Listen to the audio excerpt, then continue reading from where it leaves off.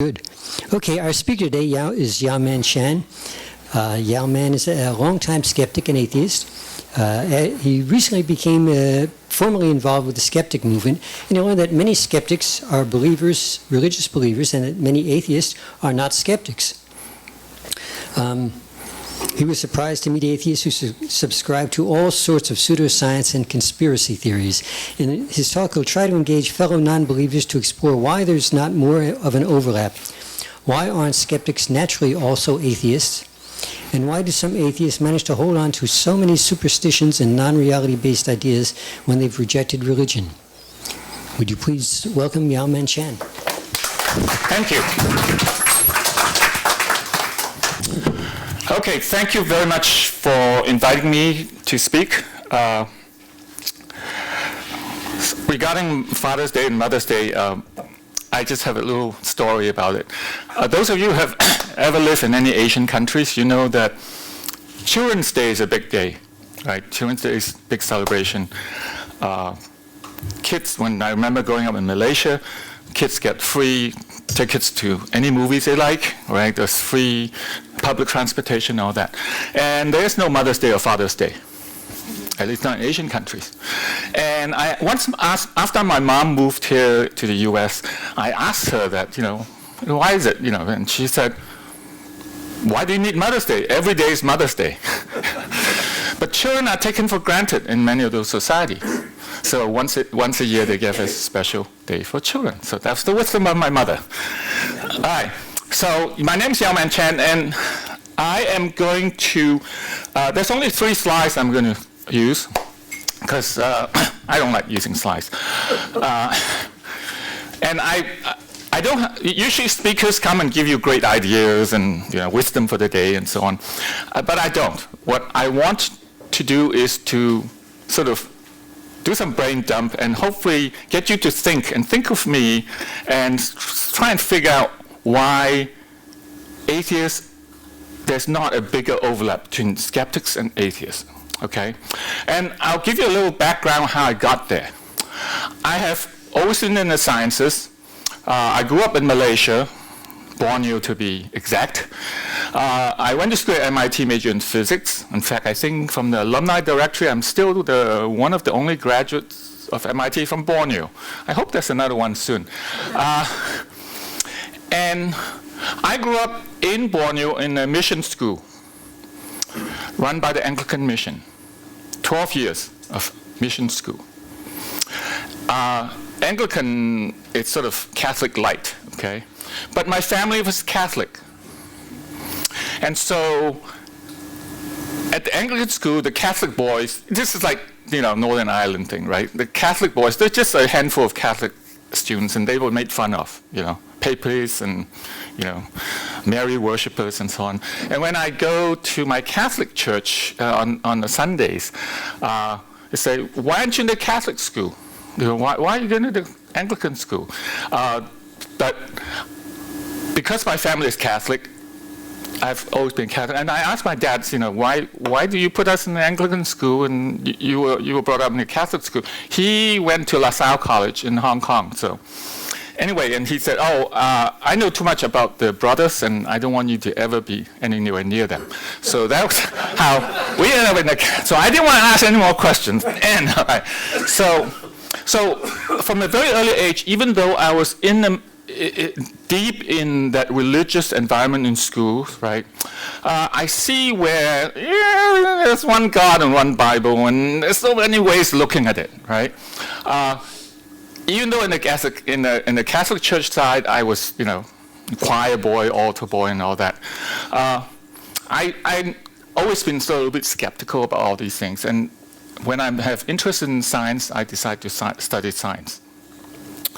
And graduate of MIT, went to graduate school at UC Santa Barbara, and I worked at the Joint Institute for Laboratory Astrophysics, which is part of the National Bureau of Standards and so on.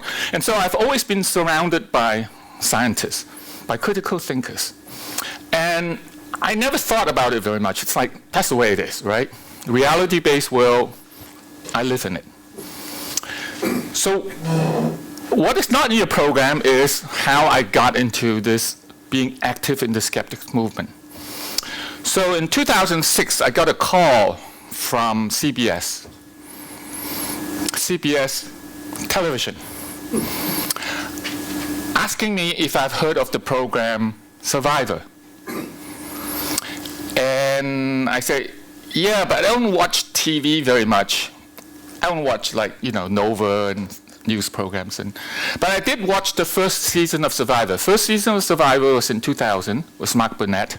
Everybody familiar with the Survivor program, right? Right. So the Survivor program is actually Mark Burnett production. He brought it in from, it was a Swedish program, I think.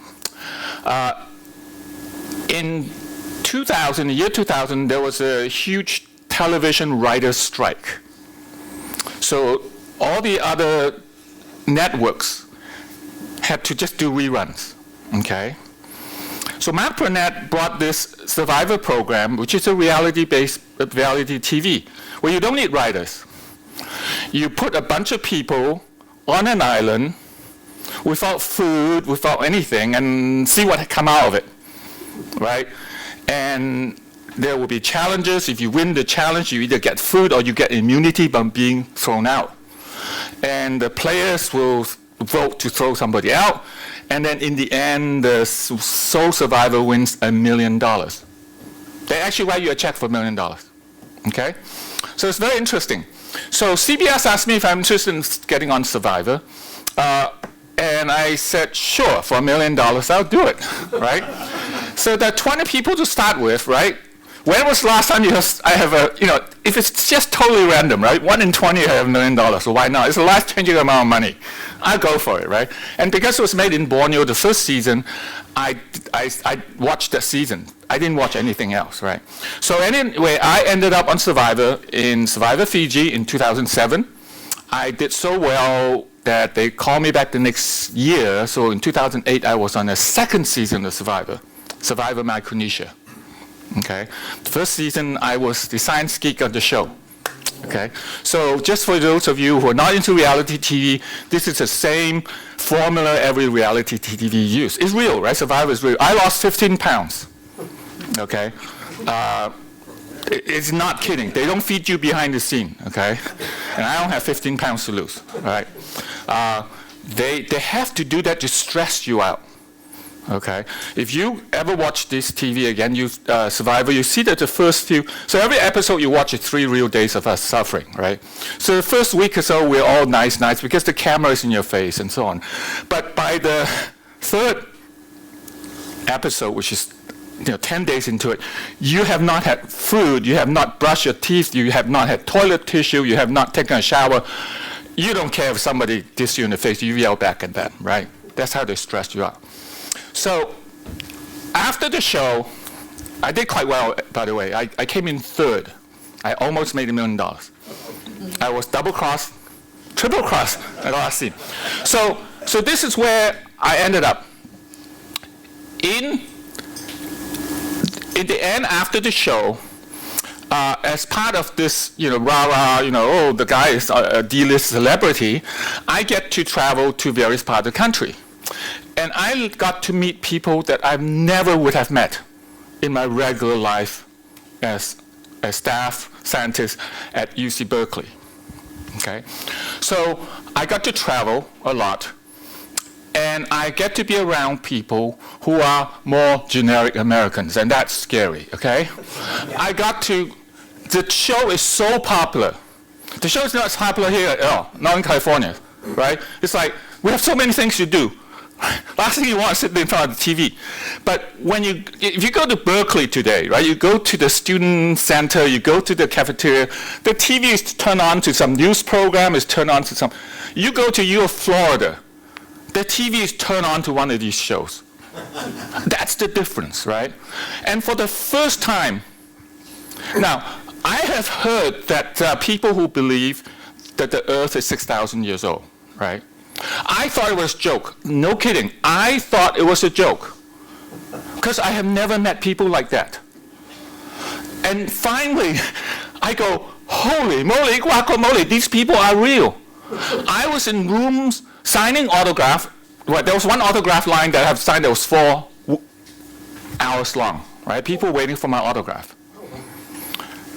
And there are people, majority of them believe that the Earth is 6,000 years old. I mean, I was just like, whoa, this is crazy, right? And I met people who really thought Adam and Eve are real people. They think the whole theory of evolution is a conspiracy. I mean, so when they find out that I work in the sciences, they will ask me that, right? Is it really true that, we all evolve? And I say, well, it is, but it's not as simplistic as you think we evolved from monkeys, right? And there's usually not enough time to try and explain the whole natural selection thing for them, okay? And usually I have some sort of quickie and say, well, find out why you have wisdom teeth, okay? Find out why you have appendix. Simple things like that, right? It's like, okay. So I decided to do something about it. I joined up with the National Center for Science Education, of which I've been member for a while. And then I got into the skeptics movement, hopefully to get more ideas on how to get my message out. And this is when I start to see problems when I try to do this, okay? So when we talk about being skeptic, people always think about the 9/11 truthers and so on, they're skeptics, right? Climate deniers, they're skeptics, right? People are skeptical about whether vaccines work and so on, right? And so I have to be a lot more careful when I talk about skepticism, okay? So the best definition I have for skepticism comes from Steve Novello, who is the president of the Skeptics Guide to the Universe. Skeptic is one who prefers beliefs and conclusions that are reliable and validated to ones that are comforting or convenient, and therefore rigorously and openly applies the method of science and reason to all empirical claims. Okay, that's important, right? We're scientific skeptics, right? We apply the methods of science before we make a judgment, right? We're not going to say, oh, it's a conspiracy. Okay, those are not the skeptics we're talking about. Second point, a skeptic provisionally proportions acceptance of any claims to valid logic and a fair and thorough assessment of available evidence and studies the pitfall of human reasons and the mechanism of deception, so as to avoid being deceived by others. Now, or themselves, right? And that's important. So, with that in mind, I find that at least among the circles of skeptics I run into, most of them are non-believers. So if you apply those principles to all the religious education that I have subjected myself to, I was such a believer, I almost went into a seminary, but that's another story. That we become non-believers because we look at the evidence, we look at the historical evidence and say, yeah, that's not quite it. We got out of it. But then something strange happened. Whenever there is a skeptic convention, one of the most famous one being the James Randi Education Foundation, the Amazing Meeting, and now the CFI, Center for Inquiry meeting, they are very, very careful to define themselves as skeptics and not atheists, okay? And in fact, many times they would not even bring on any speakers who are openly advocating atheism because they don't want to alienate the larger community because atheist is such a bad word, okay? I don't know how I, sort of get to be so upset about this because I said, look, if somebody like me become atheist, and a lot of people probably will have the same idea that they were brought up as Christians, as Buddhists, as some religious person, it was through some critical thinking, of questioning the holy books that they were drilled with, that they have come out of it and say, well, it doesn't match reality, okay? But then I start to grow up even more after this. I start running into, so I hang out with a lot of non-believers, and then I find a lot of non-believers who call themselves atheists also believe in all kinds of conspiracy theories. Like, wait a minute, how is that possible? You know, they're anti-vaxxers, they believe in chemtrails, they believe in homeopathies and so on, thinking that's science. And that's more upsetting to me than anything else. So come on, you guys, how is that possible? And I'm going to sort of go through some of the stuff that upsets me, and I want to share it with you. I want to sort of let you think about it. And so if you run into people like that who are, you know, non-believers, also believe in all kinds of really strange, bizarre things, how do you confront them? What do you say to them, right? Because it's not even rational, right? You were rational being. You found reality important. That's why you found your books, this holy book that was taught to you, not quite it, and that you got away from it. The reasons I've come up with is superstitions. Superstitions are here to stay. One of the things that if you ever go to any skeptics meeting, even the nationwide ones, okay? Go to CFI Con, go to amazing meeting, you will find very few Asians. That's one thing I noticed. Okay? If you go Google nations by religiosity, you will find that Japan is one of the least religious countries in the world. Less than 6% believe in God. But yet, lots of superstition. South Korea is one of the most educated societies in Southeast Asia. They have the highest bandwidth, by the way, of any network, internet, okay? But yet they have all kinds of superstitions. Some of them just so bizarre, you won't believe it, okay? If you go to any of the top universities in this country, MIT, Caltech, Berkeley, Stanford, in the engineering science department, they're loaded with Asian professors, okay? But yet you don't find them in the skeptics movement. That upsets me. I went to one of the chemistry professors who's well-known at the department and said, why don't you join us, right? We need your help. We need some, really people with authority to speak up, especially in the Asian community, right? You got a PhD, man, you stand next to God and Mother in respectability, speak up, people listen. But they won't, right? Because it's a cultural thing, and they won't rock the boat. The other thing that upsets me about some of these people who no longer believe, but they still are into all kinds of weird alternative medicine, right? Just so bizarre. And I'm going to go through some of them with you. And then conspiracy theories, okay? Yeah.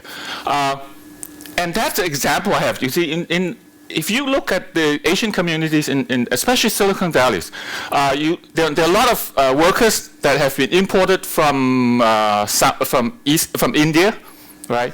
India is one of the most religious countries, right? But yet, those workers here are totally irreligious. They will drink with you anytime, okay? With all the Indian population here in Fremont, okay? If they get together, there's enough, they can fill the city council. But yet, there are no Hindu temples everywhere. There's just like one, okay? Because these are very, very non-religious Indians, okay? And that's where we have, and that's why I begin to see, well, these are not, but yet they got all these other stuff going on. And I like to find out why, okay? How did someone not believe in God and all the religion, and yet is unable to shed this, okay? For superstition, I understand that they're cultural imperatives, right? You don't want to rock the boat. You don't want to tell her mom she's full of it. Okay, you just can't do that, right? One of the most bizarre superstition. Any Koreans here? All right. All right. One of the most bizarre superstition in Korea is that you cannot sleep under a fan. Okay? Did you know that? Yeah. Yeah, right? If you sleep under the fan, you will die. Yes. No, they believe that. They do, okay? And when it was told to me, I go, yeah, but it's so easy to debunk. Go to Malaysia and Singapore. If you don't sleep under a fan, you will die because it's so hot. You will drown in your own sweat. Everybody sleeps under the fan, right? And if you go to any of these websites, Korean forums and so on, when people ask those questions, you will find that all kinds of bizarre scientific explanation why it's possible that electric fan, you sleep under an electric fan, it will kill you, right? Now, in science, every time someone gives me some of these superstitions and conspiracy theories and so on, they always say, is it possible? Right? And I say, yes, it is possible. Because in science, anything is possible. If you ask me, is it possible that the sun will rise in the west and set in the east? The answer is yes, it's possible. All you need is for the earth to rotate the other way. Is it possible that Earth will rotate the other way? Well, any freshman physics major can give you the calculation of what the amount of energy it takes to turn the rotation around. That's a simple calculation. Is it probable there's such an energy? No, right? So in science, we don't ask the question, is it possible? Is it probable something like this will happen? Right? So is it probable that whatever bizarre theories you come up with about dying under electric fan, sleeping under electric fan, is possible. Is it probable? No, right? The other thing, the superstition about feng shui in Chinese, right? You have to build the building face particular way to get the best energy flow, okay? Trump believed that, right? He built his Aldrich Trump house. He hires feng shui masters from Taiwan and Hong Kong to lay out his things, right? And you go, well, there are many buildings of very successful people like Bill Gates. He don't know nothing about feng shui and he's the multi-billionaire. So how does that work? The most superstitious thing, if you want to see superstition, go to casinos in the Lake Tahoe, Reno area. They cater to the Chinese, okay? There's one, it's a neurosis among Chinese. It's gambling, okay? It's pathological. There are busloads of Chinese going to gamble every weekend, all right? And these casinos cater to them. And they bring out every superstitious thing you can get. Then there are no clocks, right? If you look carefully, some of the doorways have little knife-looking things, right? That's supposed to, chop them up when they come in, right? So the casinos want to cater them to show them we understand your concern, right? And I've seen very sane scientist type, right, who during the weekday would be doing science in UC Berkeley lab, right? And then on the weekend, go gamble. Like, how does that work? I don't know. Okay? It is so ingrained in them, right? The alternative medicine, right?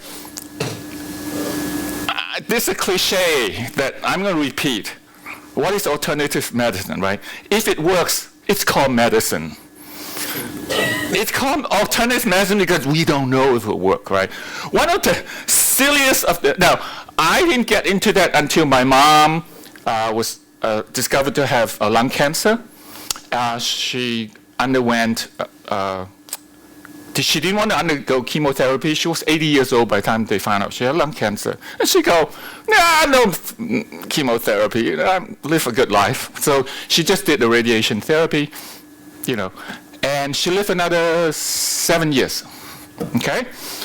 But as soon as her relatives in Hong Kong found out she had lung cancer, they sent her all kinds of medicine that's guaranteed to heal, right?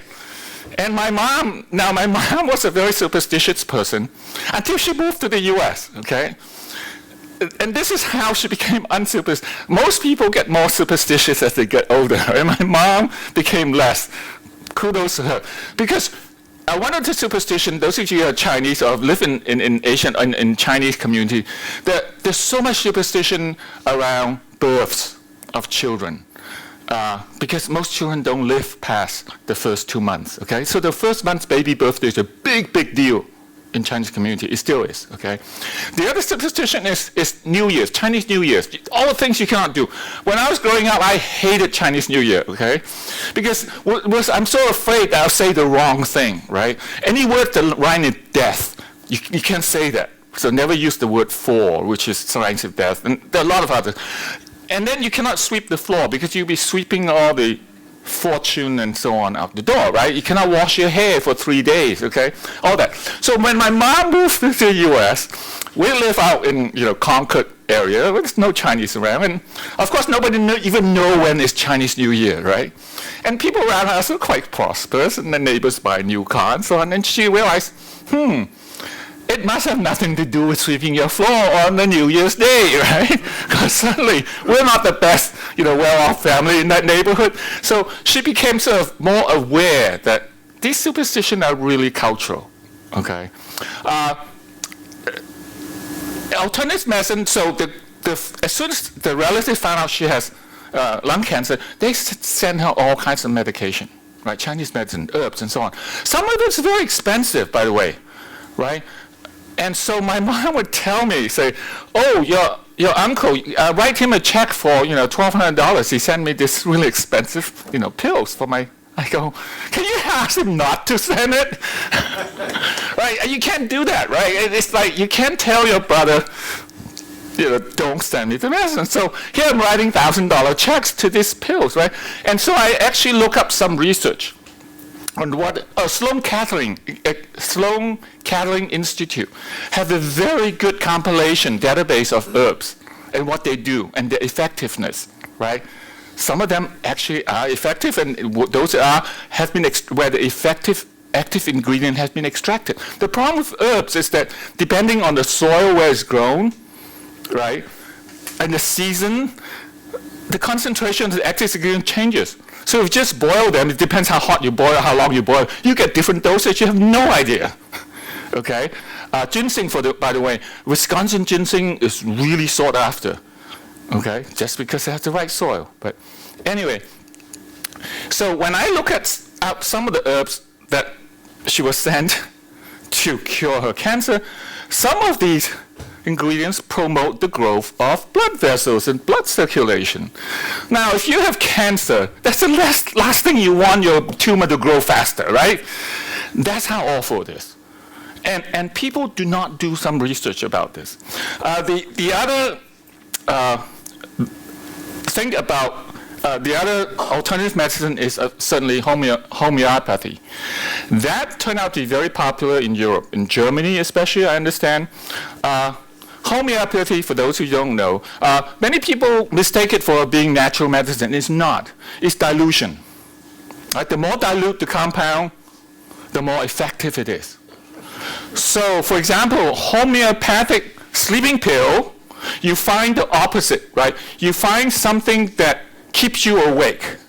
So what keeps you awake? Caffeine. So you take caffeine and you dilute it.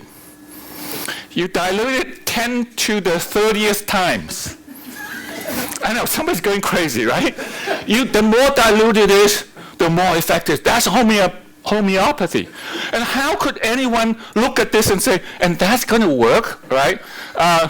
So Reason for Reason and the Bay Area Skeptic on October 23rd, we have this sort of homeopathic suicide day, right? Where we buy handfuls of homeopathic sleeping pills and take them, right? Just take them and watch each other die, okay? It's October 23rd because 6 times 10 to the 23rd is Avogadro's number. When you dilute something beyond the Avogadro number of molecules, there is not a possibility there's one molecule of the active ingredient left, okay? The best demonstration, you can find it on YouTube, is somebody peed into a test tube. And he went through the process of diluting it. So with one 1 liter, you take out 1 cc of the urine or whatever poison you want to use, you put in 100 cc of water, you shake it up. Now you take 1 cc of that solution, you now put in another 100 cc's of water and you shake it up, and you keep doing it 30 times. Now you can see what happened, right? By the 30th time you can drink the water because it's pure water.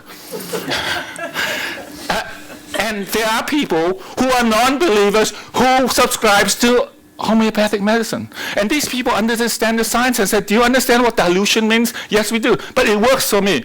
Okay. I mean, what can you say, right? You guys have to come up with something. So those are sort of my really go-to, like, oh, it's going to kill me. Now, some are diluted with alcohol, by the way. I can handle that one.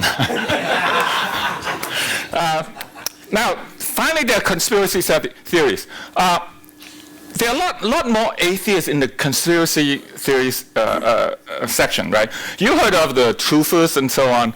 There's so many of them, right? Bigfoot, all these Illuminatis and so on. Now, to be sure, there are real conspiracies, okay? The Watergate, a bunch of people conspire to get material about, the candidate. That's real conspiracy. The most interesting conspiracy that got caught was the Gerber baby food apple juice thing. That was in the 1980s, right? Or late 70s, 80s. To remind you what happened is that I think the CEO or somebody ended up going to jail for that. Because Gerber was selling apple juice, claiming it's 100% apple juice. And it was found out that, no, they diluted it with water, right? But how they found out was really interesting. Because somebody, when they published their annual reports to the stockholder, how much money you make and so on, right? Because how many gallons of Gerber baby juice we sold, right? So, some accountant, probably working for the apple producers of America, look at it and say, with that many gallons of apple juice sold, right, 100%, where did they buy the apple juice from? Where did they buy the apples from? They're supposed to have contract with our apple producers. They must have either violated the contract, gone somewhere to buy it, right? Because the math didn't add up. So, whoever was that joined up with some reporter at that time and dug into it and found out that, hell no, that's not 100%. There's no way they could, with the amount of apple they bought that year, this could be really 100% juice. And so they did the whole thing, and somebody actually got into jail. That's a conspiracy, right? Somebody conspired to do something. But there are the bizarre ones that the moon landing hoax, right? That really is bizarre. The moon landing hoax is starting to subside as we get more and more high resolution pictures of the moon landing sites and so on. They're starting to see, that there are actually stuff left there. Those of you who ever watched the show Mythbusters, they went and busted a lot of the myths about the moon landing hoax. Right? For example, how one of the things is how is the footprint so clear? Well, they were able to show that the footprints will be very clear because of the composition of the soil up there. Right? How did the flag? Why was the flag waving for so long? There must be wind. In the studio, they filmed this. Well, it turned out that they actually rented the NASA big vacuum chamber. It's a size where you can actually drive a truck into it. They put up the flag. They evacuate it, and once the flag moving, because there's no air to damp the movement of the flag, it kept waving forever. Right? All these were so you hear less of it. Right. The one that really, really bugs me is chemtrail. Okay, and this again, chemtrails. For those of you who don't know what chemtrail conspiracy is, you should never know that, right? If you don't know that, you should know that. But I'm going to tell you what it is. Hopefully, because you are thinking atheist, you would not have to have sleepless nights over it. When you see a jet plane flying, it leaves a trail. The chemtrail conspiracy claimed that is chemicals sprayed by the government to keep you guys dull and dumb to be able to rule over you. No, I say serious. They are serious about this. Go Google chemtrail. People are like, really? Now, yeah, so I didn't accept. It's one of these things where I feel so dumb because I didn't know about it until, I heard of it. It's like, oh, it's like 6,000-year-old people. People think, it's a story, right? So I was in the airport waiting for one of my trips to one of my get-togethers and so on, and I met a guy. And he said, oh, you must be Yau-man from Survivor. And so I start to meet people that I would have never met, right? And they come up to me and so on. And so we talk about we're waiting for the plane. And then he was standing at the window, looking at the plane intensely. And I go, and I saw him standing there for like half an hour. I said, oh, they'll call you. And like, why are you, so worried? He said, well, I want to see where they put this chemical in. I go, what chemical? And then he started to tell me all about this chemtrail thing, right? And my jaw dropped, and I go, wow, unbelievable that someone would believe that. Now, so how, if you think about it, first of all, if you believe in chemtrail, you have to believe in homeopathy too, right? Because imagine the plane is flying at 30,000 feet, right, spraying this chemical. How much dilution does it, right?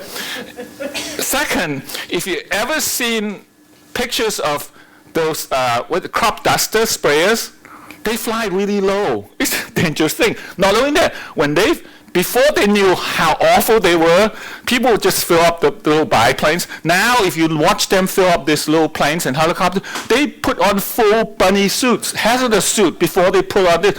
And that chemical is not that dangerous, but it's bad enough you do it enough times, you will end up with all kinds of strange disease before you are 50 years old, right? So now they make them all bunny suits, right? So how does the chemtrail people load up this extremely poisonous thing into the plane, right? And nobody said boo after so many years, right? At some point, it's the same thing with the moon landing hoax, right? If you think it involved thousands of people setting up studios to film this thing, right? 40 years later, 50 years later, someone would have financial difficulty. Someone would have, have family members who needs money. He's going to talk. That's how conspiracies get unraveled. Somebody needed money, usually, and they talk, right? And you mean all the pilots of every country's pilot associations are in cahoots? How is that possible? Seriously.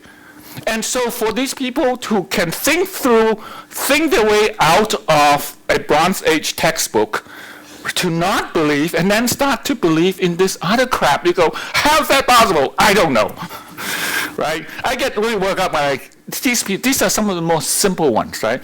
Bigfoot is a little bit more difficult to debunk, but people who knows biology and anthropology can look at it and say, look, how big is an animal? For different size animal, how many in the species do you need to have a gene pool large enough to procreate and survive, right?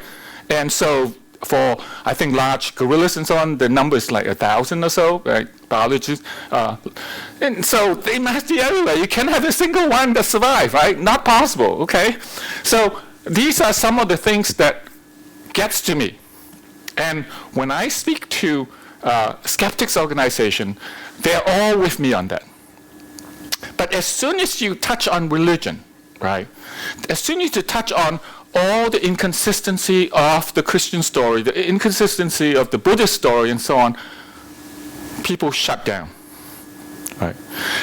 On the other side, when I talk to many atheists, especially the ones with more cultural baggage, I call them, when you point out these superstitions that doesn't make sense, they shut down.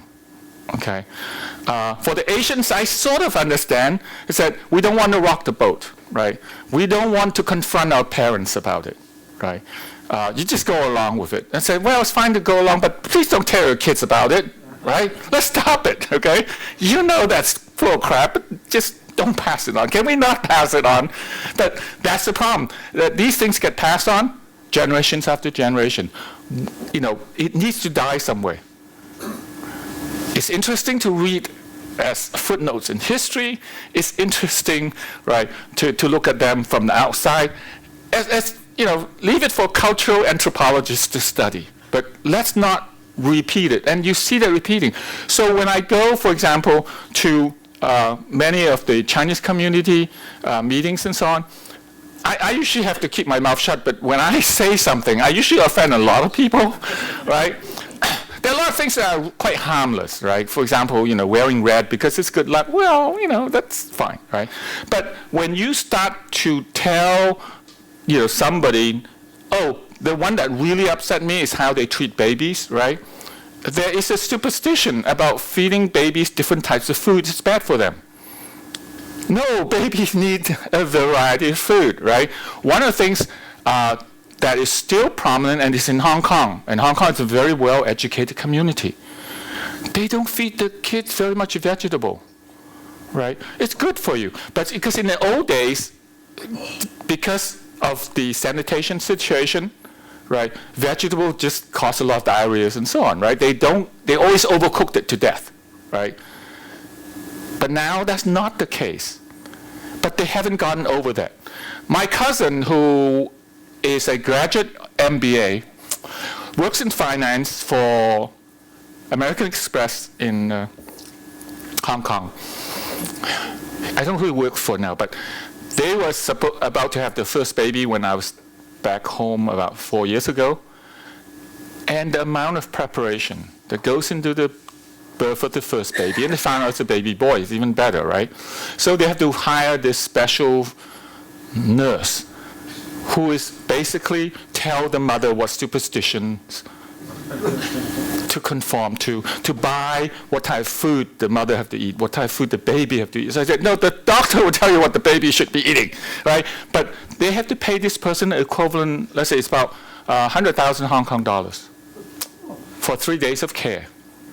And it's all about telling them about this, because this is second generation people. They forgot about the superstition. We need to carry it on. And that upsets me more than anything else, right? And then none of it has any scientific basis. We can see why it was in the old days, right? In my grandmother gave birth 7 times. Only 2 of those babies survived to adulthood. That was how bad it was. Until Western medicine came in the 1940s. Okay, and so you could understand where all the superstition, right? One of the superstitions that is still a cultural thing, and I am always not quite sure whether I should go along with it, is that if you see a new Chinese mother with a baby, you're not supposed to say how cute the baby is.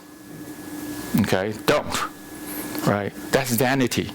You say, oh, what an ugly baby. That's what they say to the baby.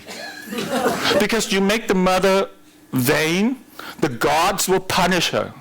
If the baby gets sick, it's because your fault for praising the baby, right? That's a cultural thing. I mean, I understand that, right? And then it's one of these marginal things. Should I go along? Should I not, right?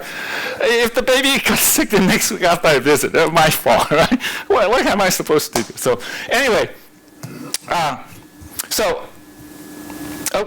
there's, let me leave this up. So I have to give you a story that just happened about a month ago. Now, since I've retired, I'm working at a camera store. It's a privately owned camera store called Seawood Photo up in San Rafael. Just because I like old cameras, okay? We sell old film. We still develop film, right? We have cameras that take 8x10 negatives, right? With the bellows and with the cloth over your head to focus and so on. So anyway, a guy came in to the store to ask to buy the lead-lined film bags. In the days of film, in order for the film to not get exposed by X-ray going through X-ray in the airport, they put in bags, either tin cans or you can buy bags that are lined with lead. Right, and you put your film in there. So he came asking for them, and you say, no, we don't have that. Also, today the X-rays are now digital X-rays. They pulse very weak pulses. They no longer, huge flush. So it's very low. It doesn't affect the film. And also, if they're like 35 millimeter film in cassettes, all the cassettes little cartridges are now metal cartridges, so it protects it. That's why nobody sells them. So he was very disappointed. He said, well, you're the only camera store around, I need to get them. And so he said, oh, maybe, the owner said, oh, look in the storeroom, maybe we have a couple old ones from old stock that we don't put out for sale. So we went and we found a couple old ones, really, like, too old to sell, but said, oh, well, half price, right? But there was only 2, and he said, oh, can you order more? And I go, I don't think so, because these companies don't make them anymore, right? And I tried to explain to him how it's no longer necessary. And I said, but these 2 bags, each bag you can put about 6 to 8 film cartridge in there. These are big bags, right? So how much film are you taking? He said, no, it's not for film. It's to protect my homeopathic medicine when I travel. The price suddenly went up on him, all right? So anyway, that's my random thoughts for you to share with you, okay? Like I said, I don't have any answers for these things. I hope you guys come up with some way to respond when you encounter situations like this, right? And most of it is cultural, and I understand cultural sensitivity, but how do we move forward? Thank you. So we have a custom here where we use the mic to ask Okay. questions, so it records on the camera. Okay, I will wait. And people raise their hands, and I'll choose who to go Okay. next, okay? Sure. So we have first person. Jim Mailer. I have an aphorism to share with you. Magic is easy, science is hard. Thank you. I like that. I'm Amy. I was really surprised finding out all the information, because I consider myself an atheist, and I'm also a skeptic, and I'm from European background, and I don't believe in any of those things that you mentioned. That is what I expected. I really expect that everyone atheist I would meet would be like you. That's why I was just totally blown away, to use a modern expression, when I ran into atheists who believe in other stuff, who believe in conspiracy. I was like, how is that possible? Right? That really still baffles me, and there are a lot more of them than I thought. I thought, oh, I just ran into a couple, right? And that's also why the skeptics community have to be very careful to not alienate the religious. So it goes both ways. Yeah, I'm very surprised when for example, I play table tennis. I'm one of the high-level table tennis players. And there are a couple of really good German players and German coaches, and they don't believe, but they're into homeopathy, which is like very surprising, yes. There's a superstition among theater people that if you wish them good luck on show night, the opposite is going to happen. So you never wish an actor good luck. You always say, break a leg. Thank you. Hi. You illustrated a number of situations of atheists who have superstitions and weird beliefs and so on. I was wondering if you could do the reverse and give examples of highly religious people who are genuine skeptics. Yeah, there are quite there are a number of astronomers that I have met. Some very well known. I don't think I'll mention the names, but you can find them. They are very religious, but yet they're very skeptical minded. Very well regarded scientists, and very skeptical. Oh, one of them is, who's a public figure, is Francis Collins, right, director of NIH. I have PhD and MD. You know, right on in the science-based, evidence-based medicine. He's a fundamentalist Christian, and very proud of it. You should read his book, Language of God, and why he started believing. He claims to have converted from atheism to belief, although, I don't know, but he's a very religious. And there are a few astronomers, quite a number of astronomers who are, right, who are, you know, who understand the science, who are very skeptical about it, but who are really religious. Hi, my name is Eric. I'm also atheist and a skeptic. I got two questions for you. The first one is, do you know about Stephen Greer, Dr. Stephen Greer? Or have you heard of citizens' hearings on the UFO disclosure? I have read on the UFO stuff, but I'm not following that. There's another group of skeptics the Bay Area whose specialty is in following the UFO thing. So what's your opinion about UFO and aliens? Again, is it possible that there are UFOs and aliens? Yes, it's possible. Is it probable that they could have gotten here?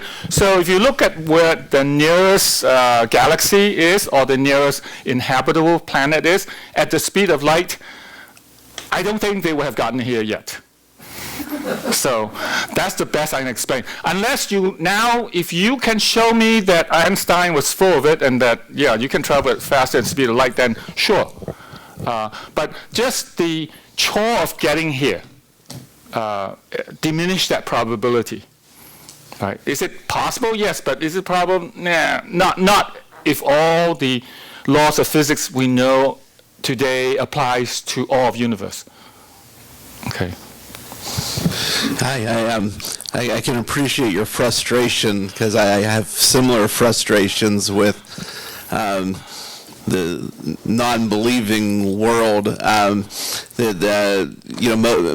So many atheists are former Christians or other religions. Where I've always been an atheist all my life, so not believing is nothing to me. Where not believing is a big deal to a lot of other people who used to believe. It's kind of like alcoholics. I don't drink because I never drank, and I don't understand what the big deal is about not drinking.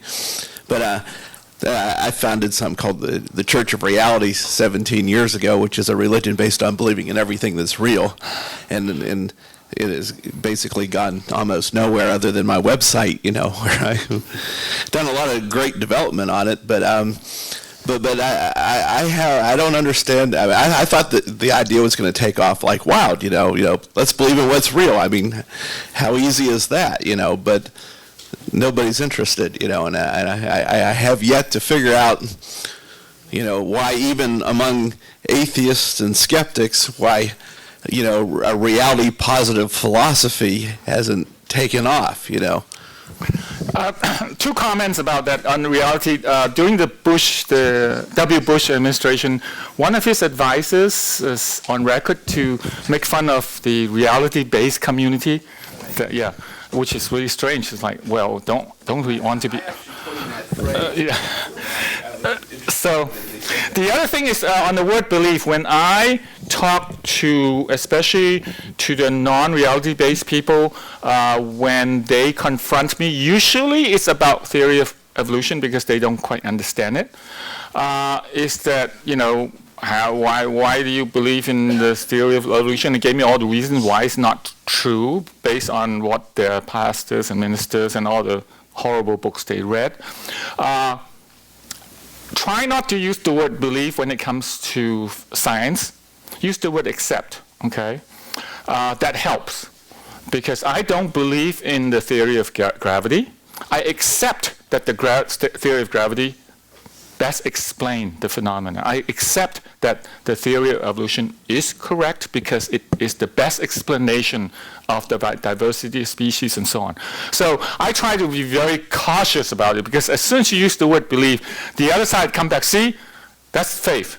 Say, no, it's not faith. It's based on evidence, and I accept that. If you can show me evidence otherwise that is provable, I will go along with that, right? Call me wishy-washy, but it's pretty firm acceptance of certain laws of physics and so on. So I'd turn around your question a little bit in terms of why all these people don't believe. I mean, what you're saying, which makes sense to most people in this room, I'm sure, is evidence-based belief, right? Knowledge. You test it, the scientific theory, you do it multiple times. Over time, you grow statistics, it gets more and more probable until the point where, oh, for heaven's sake, gravity must be true, and apple's never gone up when it's left the tree, right? But if you talk to people, very few people understand that. If you try and get the scientific theory, probably, but you've got to inherently understand statistics, science, right, for it to make sense, because one-off things can happen that are not repeatable, not scientifically proved. And so one, I get that if you really follow that, but most people don't. And then if you look at the other sources of truth, I've just written down 4 that came to mind. There's revelation, right? If you're religious, you believe in truth coming from revelation, or maybe even you have a really vivid dream yourself one day and it feels much truer than real life, and that becomes your belief, right? Maths. I've seen a lot of people that are supposedly very, very atheist, humanist, rational, who believe anything they can prove in mathematics. And you can prove a lot in mathematics, right? You can have multiple universes, you can have hundreds of dimensions, you name it, you can have it. And these people believe that. And they're atheists, and they're humanists, and whatever else. Feelings. I mean, a lot of people are extremely emotional.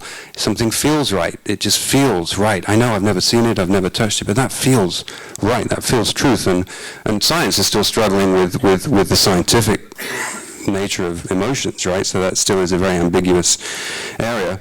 And then finally I said, well, okay, then maybe some people just rely upon their own experience. Then I forget all of that because I don't understand all of that around my experience. Then you've got the placebo effect. Your experience can utterly and totally, through correlation and causation being mismatched, give you completely the wrong truth, even though it's actually, matter of fact, true in reality, the consequences anyway, if not the cause and the correlation. So you put all that together, I turn it around and I say, isn't it bloody amazing we've got such a scientific world, and we are so trusting in evidence, don't you think? So on the personal anecdote, then the scientific approach is plural of anecdote is not data.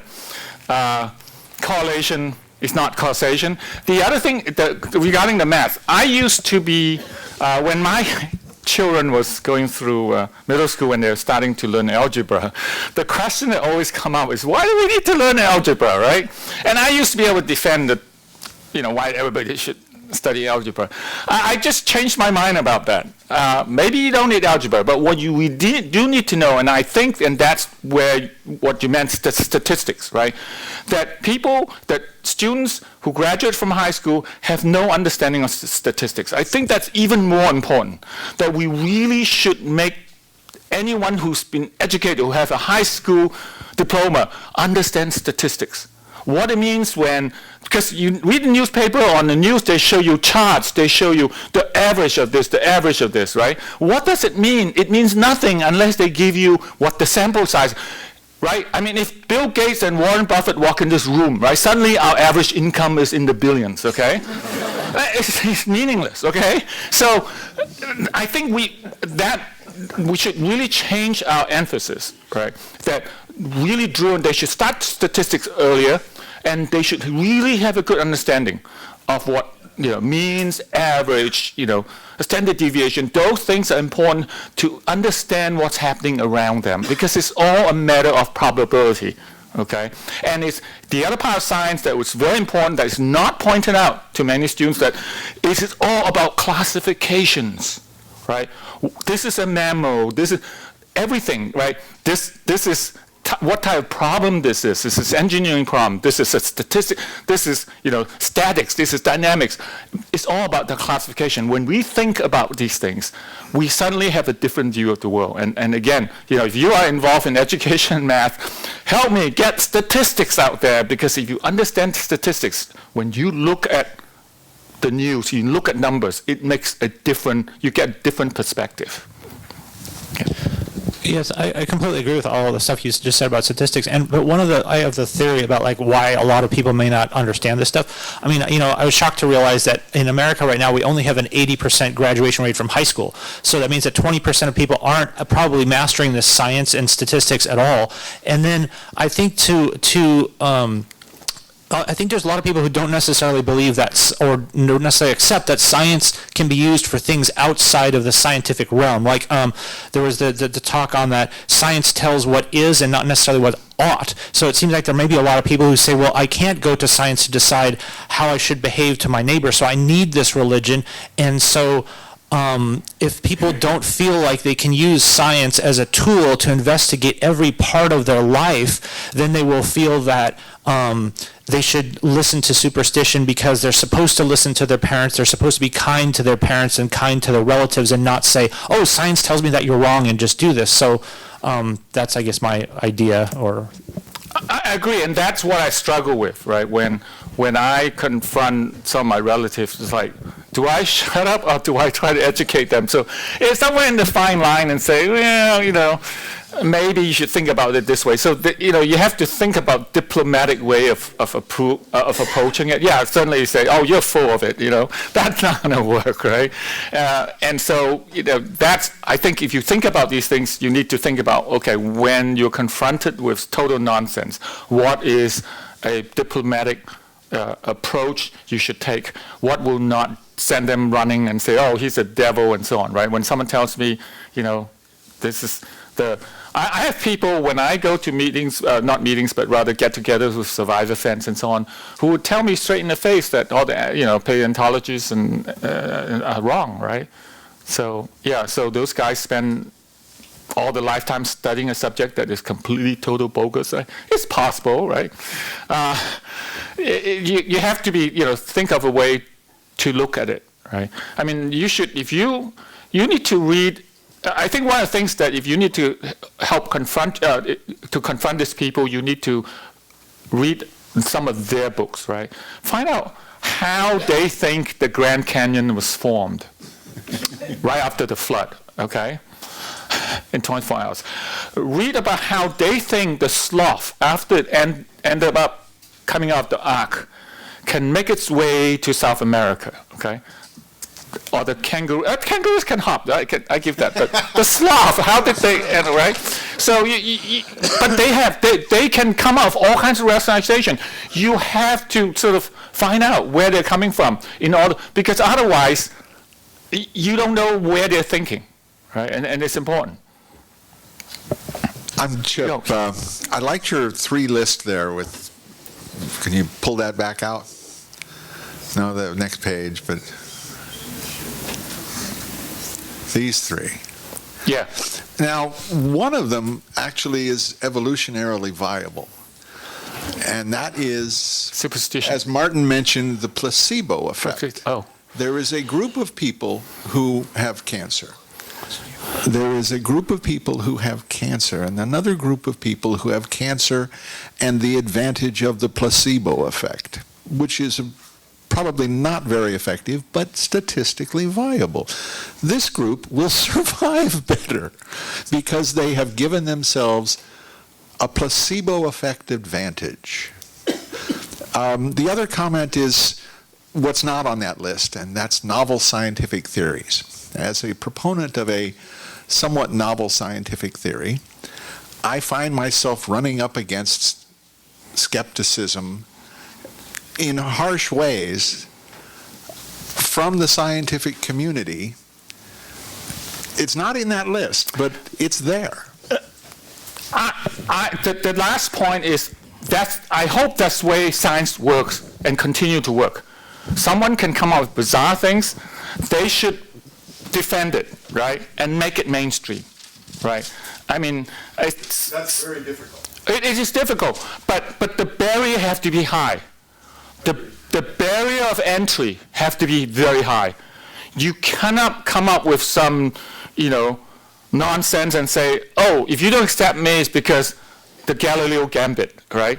So, if you have some novel ideas, go with it, right? Make the barrier, the scientific community should make it very high for the barrier of entry. Same with medicine, evidence-based medicine, science-based medicine, the barrier should be high. Okay. And we don't distinguish placebo. We say better than placebo. Right. You have to, right? Right now, people are questioning the p-value, right? Where the p-value is sort of by what is the chance what is the probability that this result came about by chance, right? The p-value says you have to be better than it appearing chance. A lot of testing now is saying that this is too low, right? So the Higgs boson experiment, right, where the guys were given Nobel Prize, they went way beyond the standard, right? Because they got the result, but they were not happy with it. There were 2 independent groups who got result from independent different machines, and then they calculate the p-value to like 0.000 something rather than the 0.05 or whatever the standard everybody uses, right? Because it was so important. that they wanted to make sure that they were beyond criticism. Same with the new gravitational wave experiment, where they just confirmed it. It's two different experiments at two parts of the world, but many teams calculating independently, right? And then they just got a confirmation last week, another one happening, right? That barrier has to be high. You cannot just say, oh, I gave it to half of these people and half of these people, and this half got. No, that's not good enough, right? It has to be repeatable. And a lot of the criticism now in the scientific community, if you follow that, the criticism is that a lot of the social science experiments were not quite repeatable. So it's come into question as to how to fix that, right? And there are a lot of, including psychologists, okay? So I was a psych minor, so I understand that, right? So they're now trying to regroup. Now, part of that community is trying to defend themselves. The other part say, look, okay, let's see how we can make it better, okay? One of the things that when someone says, when they do what is called metadata analysis, where they look at different experiments done of the same subject and look at results, and they're not consistent, and say, well, how did you guys draw this particular conclusion? It's a good thing, because if you cannot if you question the conclusion drawn, now, instead of poo-pooing the experiment, you can either repeat it, and if it's not repeatable, then find the confounding factor. There may be a confounding factor that causes them to be different. So that definitely in social science experiment is under review, right? I mean, it's under heavy criticism. There are many articles and a couple books written about, wait a minute, these are not repeatable. How dare you guys make that conclusion? Well, fine. If you want to call yourself science, right? In the early days, the social science, including psychology, was the soft science, right? So you don't have the, physics, chemistry, and so on, the hard sciences. Well, the soft sciences wanted to be respectable. Well, if you want to be respectable, redo it or find a confounding factor. It's a good thing, right? Don't just, in religion, when you poo-poo a religion, well, you don't believe, that's why, you're an outsider, That's the difference, right? I believe it's true for me. He believes that's true for him. Well, that's not in science, right? We all have to come to the same conclusion. If we cannot, there's confounding factor, or the experiment was badly done, or the conclusion was wrong, right? Figure out which is which. There are methods by which you can come to that conclusion. So. Okay, this is going to be the last question. Okay. There are at least 4 people stacked up that want to ask questions. That means visit him at the table later. Yes, I'm kind of wondering about, it seems like the discussion has been mostly in like the super rational realm, understandable given the company here.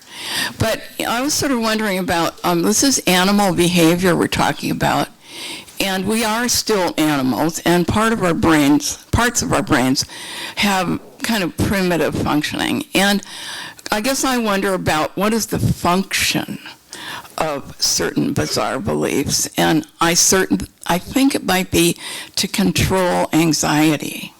So that people, have a certain amount of experience, and they develop an internal belief system that certain things are lucky or not lucky. And who among us has not had like a rabbit's foot or some other talisman that they believed made them braver or stronger so they could get up in front and speak to people or whatever it is. And so I think that people concoct, some people, for their psychological comfort, certain behaviors like OCD, you've heard of that, and that reduce their anxiety. And that might be a way of looking at it. Totally agree. In fact, that is being studied now. A new branch of evolutionary psychology is looking at it. New developments in neuroscience is beginning to figure out which part of the brain is responsible for that. There's a very good lecture. It's called Scrupulosity. It's like what leads to hyper-religiosity.